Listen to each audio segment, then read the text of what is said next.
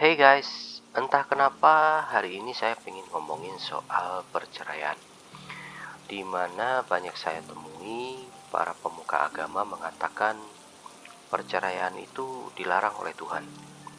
Dan akhirnya ini membuat orang yang bercerai seolah-olah itu dikucilkan atau dipojokkan dalam masyarakat kita. Jujur saya kurang setuju dengan pendapat ini. Bukan karena saya menyetujui tindakan perceraian ya, tapi bila perceraian memang menjadi satu-satunya jalan untuk kita bisa berdamai dengan diri sendiri dan pasangan kita, apa boleh buat. Daripada kita bertahan dan sakit hati, atau bertahan sampai babak belur, atau malah ada yang bertahan sampai mati. Namun bila hasilnya dari bertahan itu ternyata malah bikin kita down, mental kita rusak, atau malah kita kehilangan nyawa, apa pemuka agama yang nggak ngebolehin kita untuk bercerai nanti bakal merawat, menanggung pengobatan, dan mengobati luka hati kita? Memang di luar sana ada banyak kasus perceraian yang terjadi karena adanya seseorang yang lain atau bosan dengan pasangan. Tapi saya sih bukan ngomongin orang yang seperti ini. Kalaupun ada nih suami yang menceraikan istrinya karena punya wanita yang lain, di sini artinya si istri yang akan diceraikan, dia itu kan menjadi korban. Nah, kalau si istri sudah berusaha dengan segala macam cara untuk mempertahankan namun gak berhasil juga, apakah si istri harus menolak gugatan cerai dari si suami dan rela melihat si suami menikah lagi? Contoh kasus lain, seseorang pernah bercerita pada saya kalau ada seorang istri yang bertahan dari suaminya yang suka melakukan KDRT. Suatu hari dia dibanting dan dilempar oleh suaminya sampai kepalanya pecah. Namun pada akhirnya sang suami bertobat dan menjadi pendeta. Maaf nih, saya memang salut dengan si istri untuk bertahan selama dia menjadi korban KDRT dalam rumah tangganya sampai sang suami ini bertobat. Tapi semua cerita itu kan punya dua sisi. Enggak semua orang yang pecah kepalanya ini bisa masih hidup dan selamat. Gimana nih kalau andai kata si istri pecah kepalanya lalu meninggal? Mohon maaf, dia bakal ada kepahitan gak sama suaminya? Nah, kalau udah kepahitan, kira-kira masuk ke surga atau masuk ke neraka nantinya kalau dia meninggal? Terus apa gunanya dong si istri bertahan?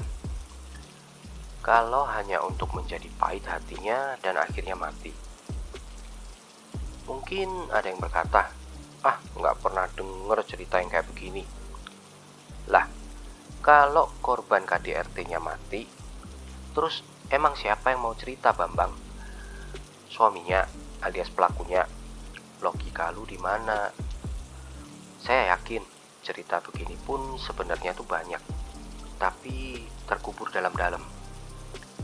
Bagi saya nih, Tuhan itu nggak mengizinkan kita untuk bercerai kalau memang dengan tujuan untuk menikahi yang lain.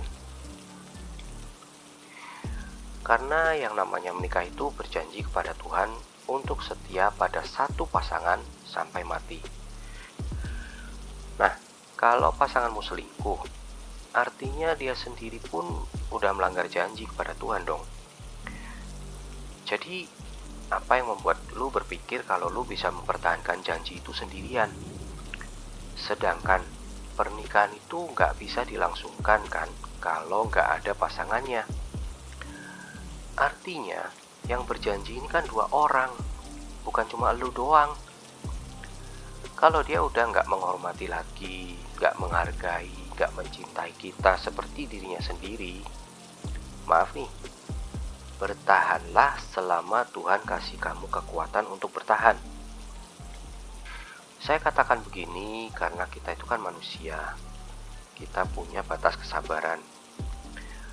Karena Selain ada ayat yang mengatakan bahwa apa yang dipersatukan Tuhan tidak boleh diceraikan oleh manusia, tapi juga ada ayat yang mengatakan, kasihilah suamimu atau istrimu seperti dirimu sendiri. So, pertanyaan saya adalah, apakah ayat ini jadi nggak berlaku kalau sampai terjadi KDRT?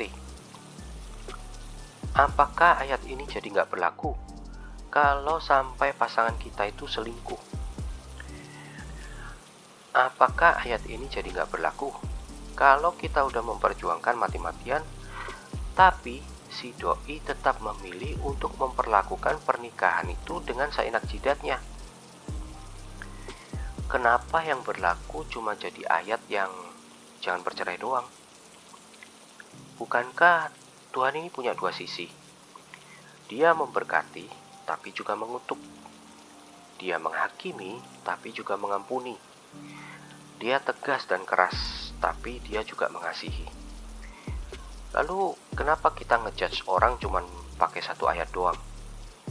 Atau cuman lihat situasi dari satu sisi doang? Ini cuman pendapat saya ya. Bila dirasa baik, silahkan dipakai atau dipertimbangkan. Kalau dirasa nggak baik, ya lupain aja.